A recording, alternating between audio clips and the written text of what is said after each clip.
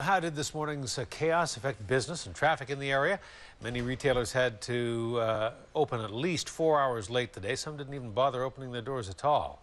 And many of the 22,000 commuters who use the Point Ellice Bridge every day were rerouted instead onto the Johnson Street Bridge.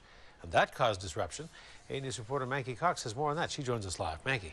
Hudson, it was a frustrating day for both businesses and commuters with the closure of many roads and the Point Ellice Bridge today. Business owners told me they lost hundreds of dollars, and commuters said it was a mess coming into work. Mondays are Graham West's busiest day at the UPS store in Victoria. But when he arrived to work at 8:30 this morning, he found the entrances to Westgate Village blocked off. We were informed that there was a leak.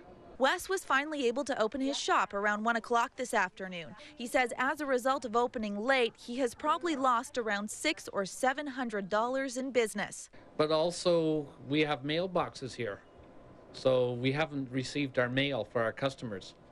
Joseph Tanugi from Max Auto Electric says he had to delay opening his store for 4 hours this morning. And he says he lost about a dozen customers and around $800 in business as a result. Oh, I feel frustrated.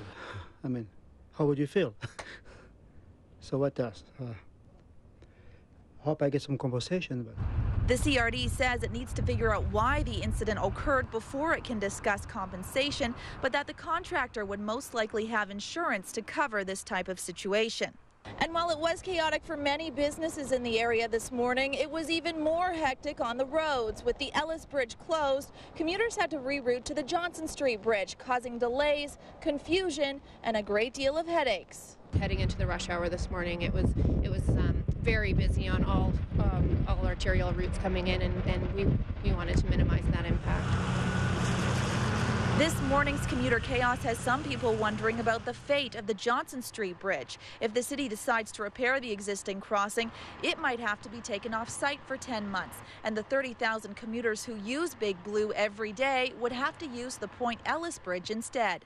Clearly, there would be a real congestion that we would see both in the Vic West neighborhood as well as the downtown, depending on which direction people are traveling. And we would have to look at some alternative traveling options for some of those going across.